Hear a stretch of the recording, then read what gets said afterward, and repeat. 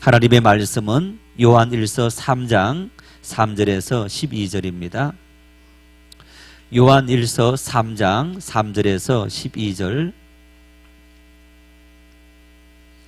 한 목소리로 합독하시겠습니다.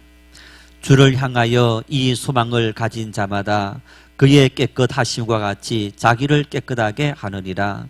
죄를 짓는 자마다 불법을 행하나니 죄는 불법이라.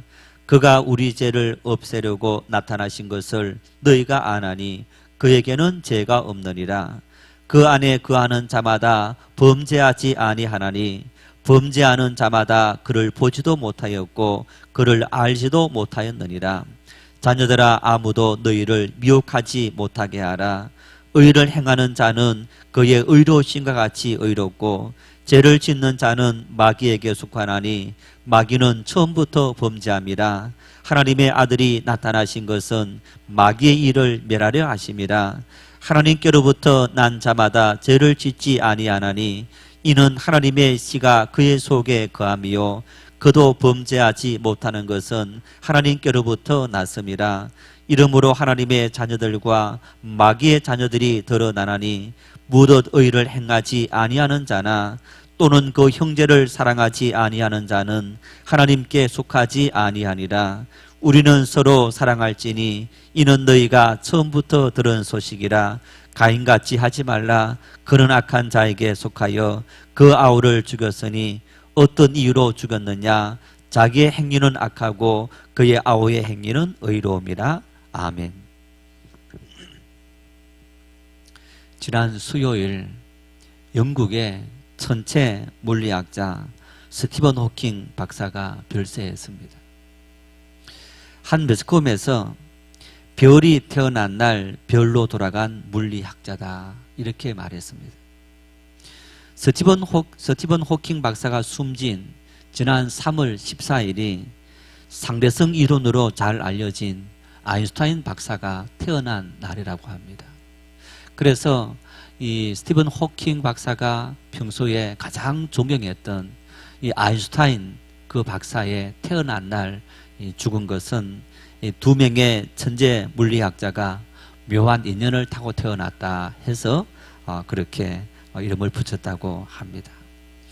아마 대부분 우리나라도 방문한 적이 있었기 때문에 이제 이 스티븐 호킹 박사의 모습을 기억할 겁니다. 휠체어에 앉아서 이 자기 스스로 목조차도 가누기 힘든 말도 나중에는 하지 못한 이제 그런 엄청난 이 장애를 안고 있었던 22살 때의 류게릭병으로 인해서 자기 스스로 움직일 수 없는 이제 그런 이 장애 안고 있었던 이 호킹 박사가 어떻게 세계 최고의 물리학자가 되고 또 병원에서 22살 때 류게릭병 진단을 받으면서 앞으로 최대 2년밖에 살지 못한다. 그런 선고를 받은 겁니다. 마치 사형 선고를 받은 그런 삶이었는데 2년밖에 살 수 없을 거다라고 예측을 했는데 2년을 살고 그리고 거기에다가 플러스해서 52년을 더 살았어요. 24살이면 죽는다는 그 사람이 76세 때 별세한 겁니다.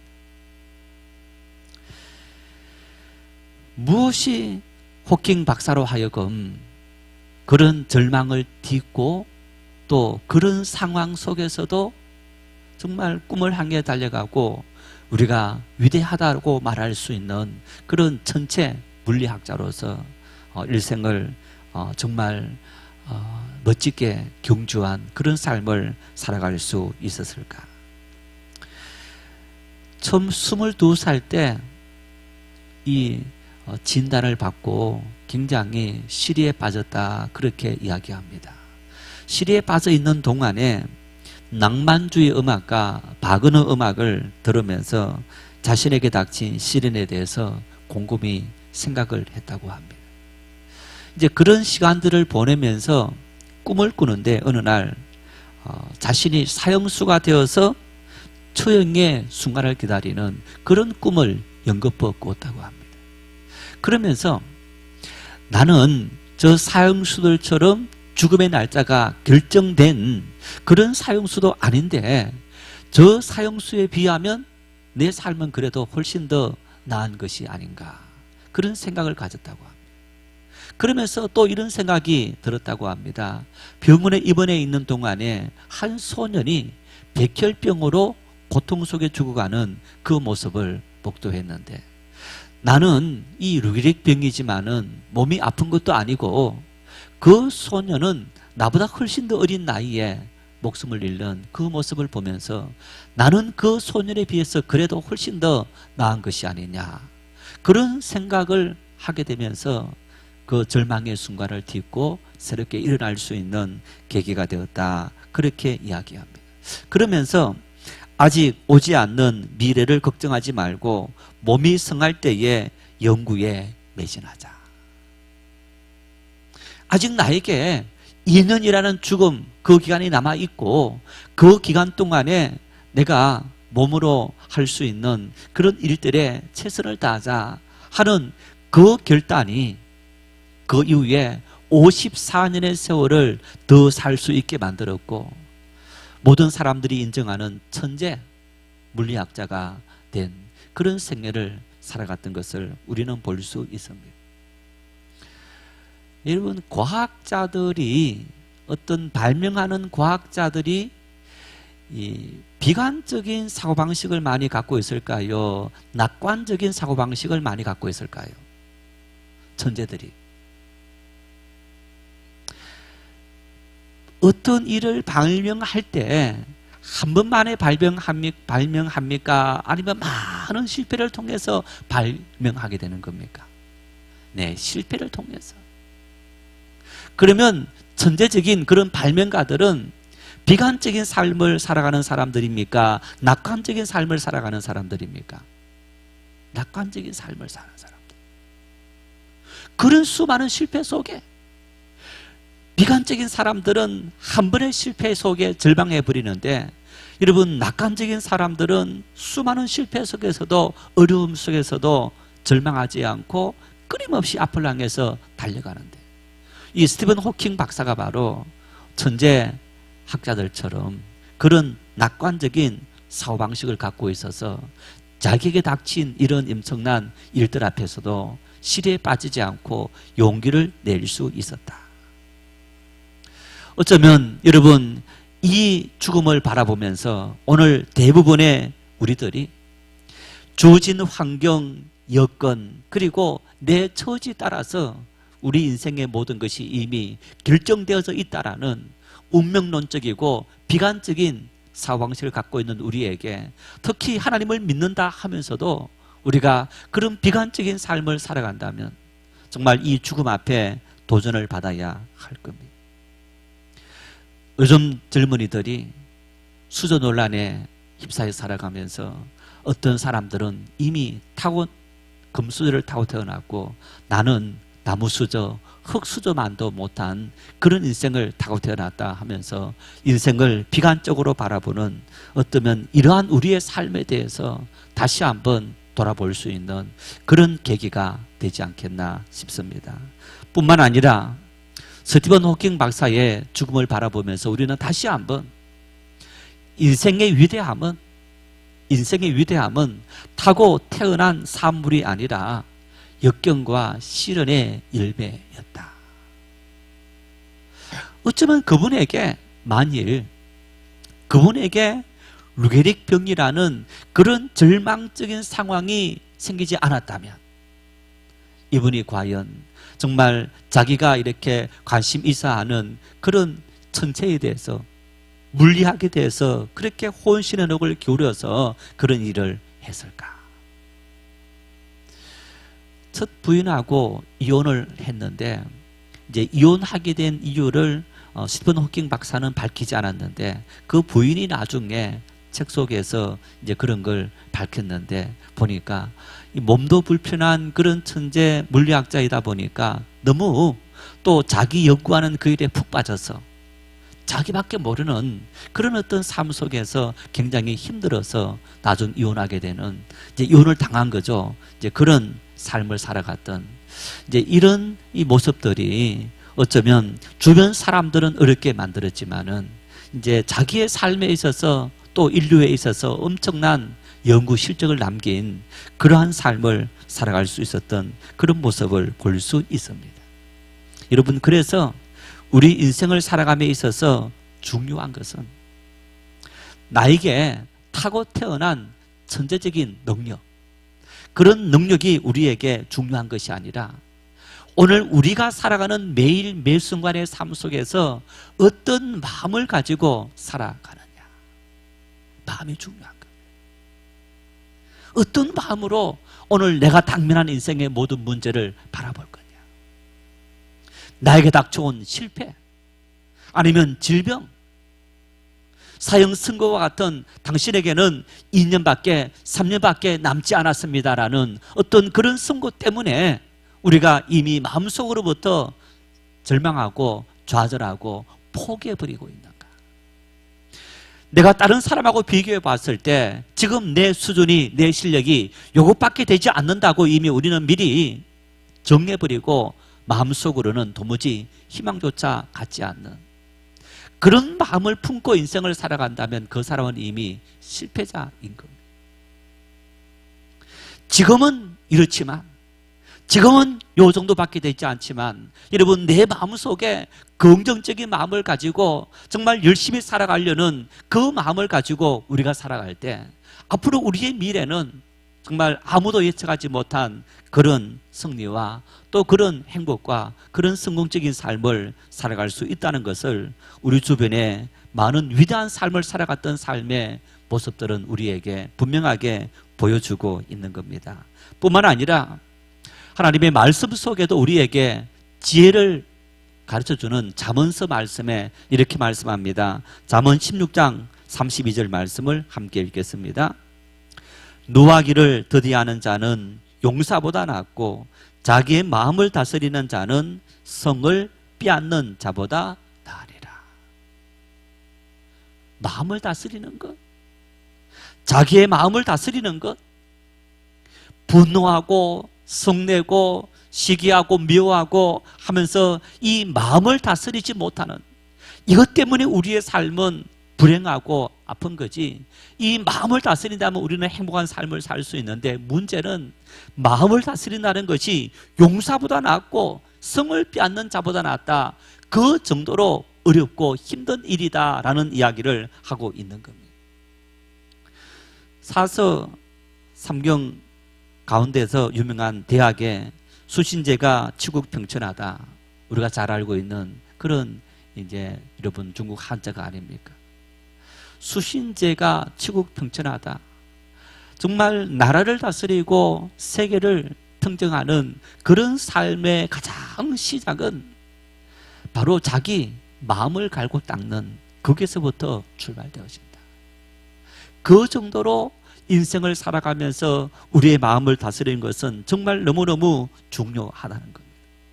문제는 우리 마음을 우리 계획대로, 우리 생각대로, 우리 의지대로 다스릴 수 없다는 얘기입니다. 내 마음먹은 대로 되어진다면, 여러분, 작심삼일이라는 말이 왜 생겼고, 내 마음먹은 대로 되어진다면 인생에서 실패할 사람이 어디 있느냐? 그런데 수많은 사람들이 실패의 선잔을 마시고 아파하는 그 이유는 바로 내가 마음먹은 대로 내 인생이 되어지지 않기 때문에 수많은 사람들이 아파하는 것을 볼 수 있습니다. 오늘 사도 요한은 왜 우리가 마음먹은 대로 인생을 살아가지 못하느냐? 바로 사도 요한 1서 2장 말씀에 세상의 정욕 때문이다. 정욕이 우리 마음을 뺏어버렸기 때문에, 우리 마음을 정욕에 빼앗겨버렸기 때문에 수많은 그런 육신의 정욕과 안목의 정욕과 이성의 사랑 같은 그 정욕이 내 마음을 지배하고 다스림으로 말미암아서 내가 계획했고 내가 꿈꾸었고 그리고 내가 살아가고자 하는 그 어떤 삶의 모습으로 살아가지 못하는 우리의 삶의 모습들, 그 선뿌리들이 우리 속에 끊임없이 나타나서 우리를 끊임없이 잘못된 길로 이끌고 가고 있더라는 것. 두 주 전에 말씀을 드린 것처럼 여러분, 이 모든 정욕들이 어떤 정욕입니까? 자신의 욕구로 사물을 판단하고 절제 없는 거칠애로 자신을 과장하고 사실 이상으로 자신을 큰 인물로 꾸며버리는 허풍 같은 이런 모습들. 이런 정욕 속에 끊임없이 자기 자신이 노출되어서 넘어지는 그런 삶을 살아가다 보니 우리의 삶엔 내 마음먹은 대로 되어지지 않더라는 것. 이러한 세상의 모든 정욕에 대해서 오늘 본문 말씀 속에 사도 요한은 4절에 이렇게 말씀합니다. 죄를 짓는 자마다 불법을 행하나니 죄는 불법이라. 이 말씀을 요한일서 2장의 말씀과 연결시키면 이런 말입니다. 왜 우리 인생들이 자기 마음을 다스리지 못하느냐? 왜 우리 인생들이 자신의 정욕에 사로잡혀서 세상의 정욕에 사로잡혀 살아가고 있느냐? 바로 그 원인은 죄 때문이다. 죄가 우리를 지배하고 다스리다 보니까, 죄가 우리 마음을 지배하니 우리가 이 마음 속에 정욕의 지배를 당하게 되고, 그래서 우리가 원하는 모습으로 살아가지 못하고 있더라. 본문의 죄라는 말의 헬라어는 하마르티아라는 말인데, 이 하마르티아라는 말은 관역에서 벗어났다. 화살을 쏘는데 관역이 있다면 관역을 향해 화살을 쏘는데 그 관역에서 옆으로 벗어난 것. 그래서 이 말은 하나님의 계명에서 빗나갔다.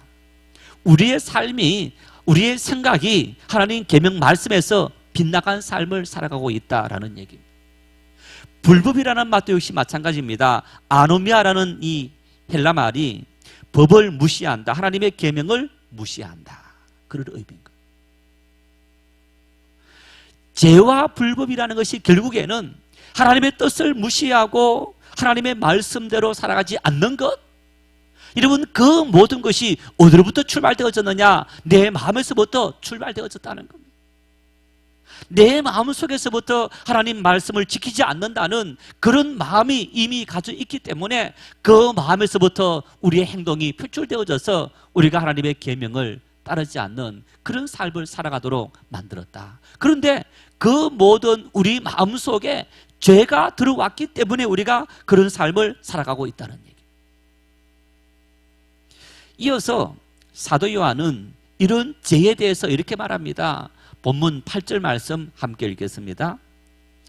죄를 짓는 자는 마귀에게 속하나니 마귀는 처음부터 범죄함이라 하나님의 아들이 나타나신 것은 마귀의 일을 멸하려 하심이라. 죄를 짓는 자는 누구에게 속한다고요? 마귀에게 속한다. 마귀는 처음부터 범죄한 자라. 하나님의 아들이 이 땅에 오신 것은 마귀의 일을 멸하려 하심이라. 우리가 마음먹은 대로 살지 못하는데 그것이 바로 내 마음속이 세상 정욕의 지배를 받고 있기 때문이다. 그 세상 정욕은 왜 우리에게 생겼느냐? 죄가 우리 속에 들어왔다. 그 죄는 뭐냐? 바로 마귀로부터 출발되어졌고 마귀가 우리 속에 집어넣은 것이 바로 죄라는 것. 그래서 하나님의 아들 예수님께서 이 땅에 오신 것은 마귀의 일, 마귀가 끊임없이 우리에게 죄를 집어넣으면서 불법을 행하게 하고 정욕을 따라 행하게 하는 그 모든 것을 없이 하고 우리를 구원하기 위해서 예수님은 십자가에 지셨고 이 땅에 오셨다. 여러분, 이 말씀 속에 마귀에게 속한다라는 말이 있습니다. 죄를 짓는 자는 마귀에게 속하나니. 이것은 굉장히 중요한 말인데 소속의 문제인 겁니다. 내가 이 세상을 살아가면서 어디에 소속되어져 있느냐? 나는 하나님께 소속된 삶을 살아가고 있느냐? 아니면 마귀에게 소속되어져 살아가고 있느냐? 우리가 예를 들어서 말로는 나는 하나님의 자녀입니다, 하나님을 믿는 사람입니다라고 아무리 수백 번 말로 하더라도 소용이 없고 내 마음 깊숙한 곳에 무엇이 나를 지배하고 있고 그래서 내 삶을 통해서 나타나는 행동은 어떤 행동들이냐? 여러분, 그 모습을 통해서 우리 소속을 알 수 있는데 오늘 이 말씀 속에는 죄를 짓는 사람은, 정욕을 따라 살아가는 사람은 마귀에게 소속되어져 있다. 다시 말하면 마귀 자녀라는 말입니다. 마귀 자녀라는 말은 어떤 말입니까? 아직 우리는 구원받지 못했다. 구원받지 못했다. 뿐만 아니라 마귀 자녀라면 아무리 우리가 말로 하나님 앞에 기도한다 할지라도 하나님의 돌보심과 보호하심을 전혀 받을 수 없다는 얘기입니다. 뿐만 아니라 우리의 행동과 우리의 말을 통해서 끊임없이 마귀의 모습이 나타나는 것. 한번 예전에 말씀을 드린 적이 있는데, 우리 큰 아이가 어렸을 때 이제 차를 타고 가면 늘 이제 뒷자리는 집사람하고 둘째 아이가 어려서 이제 집사람이 앉고, 이제 차 옆 이제 운전석 옆에 쪽에 이제 큰 아이가 앉아 있었는데, 이제 말을 많이 시켰어요. 제가 말을 많이 한 게 아니고 아이가 막 쫑알쫑알거리면서 막 이런저런 말을 이렇게 많이 하는데, 이제 운전을 이제 장거리 운전을 해갈 때는 굉장히 또 피곤할 때 있지 않습니까? 속으로 이놈 좀 말 좀 그만하지. 그리고 이제 말이 어린 아이들이 소프라노 같이 좀 이렇게 세지 않습니까? 그런데 그 말을 한참 듣고 있다 보니까 저놈이 누굴 닮았겠냐? 지 애비 닮았지. 이 생각이 떡 오르는 순간부터 그 생각이 싹 사라지게 된 거예요. 마귀가 우리 압이다 라는 얘기는, 우리가 마귀의 지배를 받고 있는데 우리의 모습을 통해서 마귀의 모든 모습이 그대로 드러난다는 거예요. 마귀는 말로는 평화를 말하는 것 같은데 실질적으로 우리에게 불화를 일으키는 거예요. 마귀는 우리에게 희망을 말하면서 실질적으로는 절망의 어두운 그림자를 심어주는 거예요. 마귀는 우리에게 세상 성공을 말하지만은 사실 성공이 아니라 그 길은 우리로 하여금 더 고통의 길로 걸어가게 만드는 그런 모습들이 나타나도록 우리를 인도한다는 거예요. 그래서 사도 요한은 2장에서 사람의 마음을 지배하는 그 모든 정욕은 어디서부터 출발되었느냐? 바로 마귀에서부터 출발되어졌다. 우리가 마귀의 지배를 받고 있고 마귀의 자녀로서 마귀에게 소속되어 있기 때문에 우리의 삶에는 이러한 세상 정욕을 따라 살아가는 우리 마음조차도 다스리지 못하는 그런 삶의 모습을 살아가고 있다. 만일 여러분 우리가 생활하는 중에 막 누군가를 미워하는 마음이 생깁니까? 지금 마귀가 역사하는 거구나. 예수님께서 십자가를 지시려 했을 때에 제자들이 그럴 수 없습니다 했을 때 예수님 뭐라고 하랍니까? 사탄아 물러가라. 항상 사탄의 지배를 받은 것이 아니었지만은 사탄이, 마귀가 끊임없이 우리를 유혹하고 우리 속에 다른 생각을 집어넣어서 우리에게 넘어지도록 만드는 그런 모습을 우리가 볼 수 있는 겁니다. 그래서 우리는 늘 깨어서 우리 입에 파수꾼을 세우고 우리 마음에 파수꾼을 세우고 우리 행동에 파수꾼을 세워야 하는 겁니다. 그렇지 않는다면 우리는 끊임없이 세상 정욕을 따라 살아가면서 넘어질 수밖에 없는 그런 삶이 우리의 삶이 되어질 수밖에 없다는 겁니다. 누구에게 소속되었느냐? 정말 중요한 일이 아니겠습니까? 우리가 여러분, 내가 어떤 직장에 소속되어 있고 어떤 학교에 소속되어져 있고 또 내가 어떤 나라 국가의 국민으로 태어났느냐, 그 자체가 이미 그 사람의 신분을 결정짓는 것 정도로 굉장히 중요하다 생각하는 것처럼, 여러분 우리가 삶을 살아가면서 마귀의 소속으로 살아가고 있느냐, 하나님의 소속으로 살아가고 있느냐,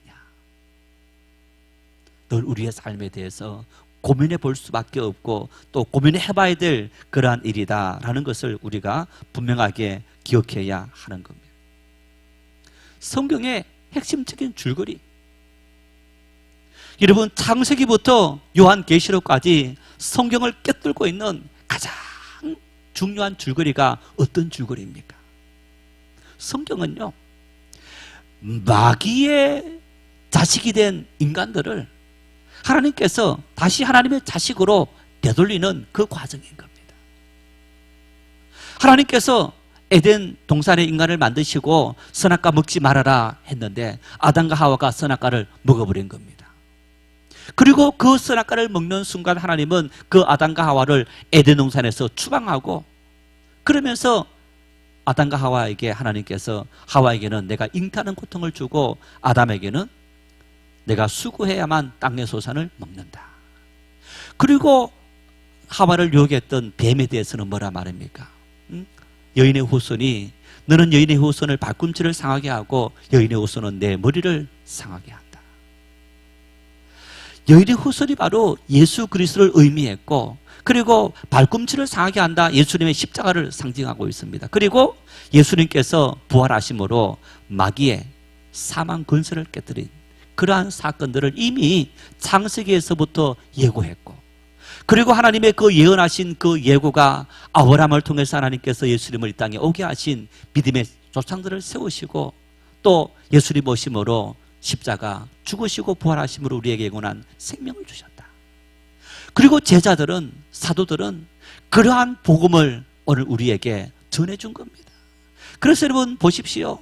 우리가 이 땅을 살아가면서 인간들이 죄로 말미암아 죽을 수밖에 없었는데 예수님께서 오셔서 우리를 죄에서 구원했다. 이것이 복음이고 성경의 가장 중요한 핵심 줄거리인 겁니다. 그렇다면 지난주에 말씀을 드린 것처럼 이미 예수님께서 십자가 달리심으로 마귀의 모든 권세를 이미 깨뜨리셨는데, 우리를 구원하셨는데 왜 아직 여전히 인생들은 마귀 지배 속에 살아가면서 여전히 괴로워하고 고통 속에 살아갈 수밖에 없는 겁니까? 지난주에 제목이 뭐였습니까? 지금은 아직. 지금은 하나님의 자녀입니다. 그러나 아직 하나님의 자녀의 권세를 누리지 못하고 있다. 이 말씀이 연속되어지고 있는 겁니다. 우리는 지금 이미 우리는 구원받은 백성이 된 겁니다. 그렇지만은 여러분, 아직 우리는 하나님을 향해서 마지막 심판 때까지 끊임없이 달려가야 될, 아직은 그 시간이 남아있는 존재들인 겁니다. 그런 남아있는 우리들이기 때문에 예수님께서 제자들에게 가시면서 뭐라 말씀한 겁니까? 내가 너희를 내버려두고 가는 것이 참 가슴 아프다. 압이 없는, 목자 없는 양떼같이 너희를 버려두고 가는 것 같아서 내가 가슴이 아프다. 그래서 내가 가서 너희를 위해서 보혜사 성령을 보내주겠다. 여러분, 오늘 우리가 살아가는 이 땅의 삶은 어떤 삶이냐? 바로 영적인 전투를 벌이고 살아가는 그런 삶이 오늘 우리가 살아가는 삶의 현장이라는 거예요. 하나님의 자녀가 이미 되었지만, 구원받은 백성이 이미 되었지만, 아직 하나님의 최종 심판이 남아있는 그때까지 우리는 끊임없이 악한 마귀와 우리 사이에 끊임없는 영적인 전투 속에 살아가고 있는 겁니다. 사실 여러분, 이 땅에서 우리가 난가북이 총칼을 마주하고 있는 그런 어떤 전쟁 예비 상태에 있고, 아직까지 여러분 휴전만 되어 있는 상태이지 전쟁이 끝난 상태는 아직 아니지 않습니까? 주천 곳곳마다 총칼을 마주하면서 전쟁하는 나라들이 있는 것을 볼 수 있습니다. 뿐만 아니라 이 땅에는 경제 전쟁이다, 뭐 수많은 말들을 사건들을 전쟁하면서 하고 있는데, 정말 이 일들보다 더 중요한 어떤 전쟁은 바로 영적인 전쟁이다. 특히 우리 개인적으로 매일매일 순간 살아가면서 이 영적인 전투에서 우리가 지게 되면 그 순간부터 우리 마음을 악한 마귀에게 빼앗겨버리는 거예요. 마귀에게 빼앗기는 순간 우리는 정욕의 지배를 받게 되고 끊임없이 불평하고 원망하고 미워하고 절망하고 좌절하는 그런 삶을 살게 돼요. 이런 영적인 전투, 여러분, 마귀와의 이 영적인 전투에서 우리가 어떻게 하면 이길 수 있느냐? 이러한 모든 우리 인생들을 시험하는, 여러분, 이런 시험 속에서 우리가 어떻게 하면 이길 수 있느냐? 하나님을 믿는 나에게 왜 이런 시험을 주십니까? 라고 원망할 수도 있습니다.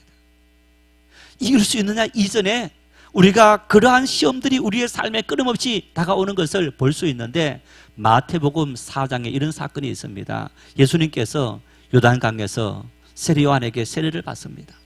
세례를 받자마자 성령이 예수님을 끌고 광야로 갑니다.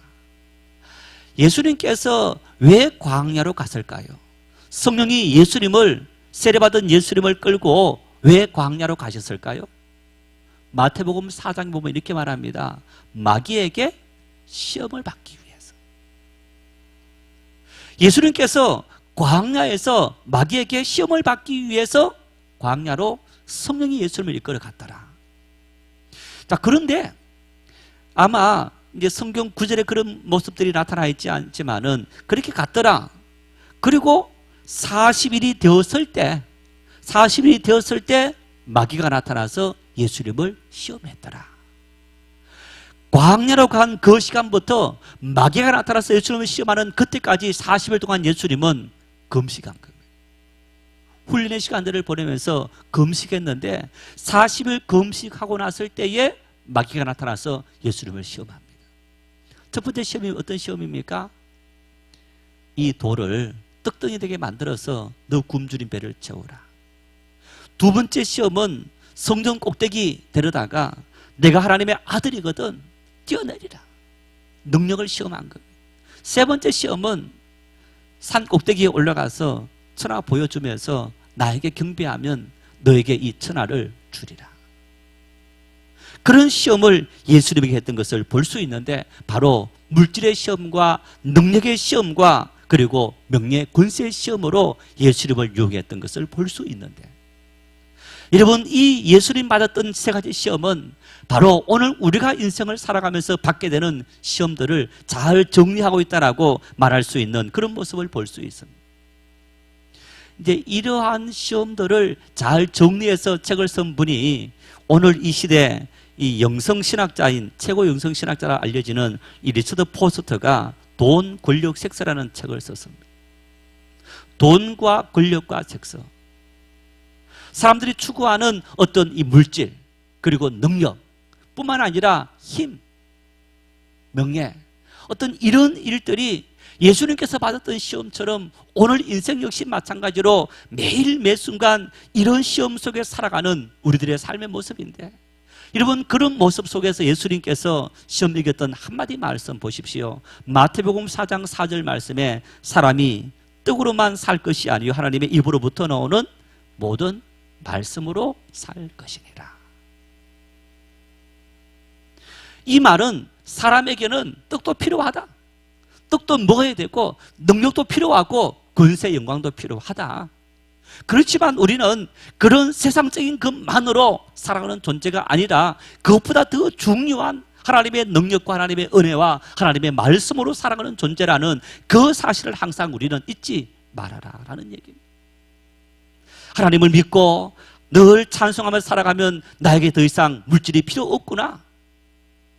이스라엘 백성들을 출애굽시키고 광야 40년 동안 걸어가게 하실 때 하나님은 만나와 메추라기를 매일 주신 겁니다.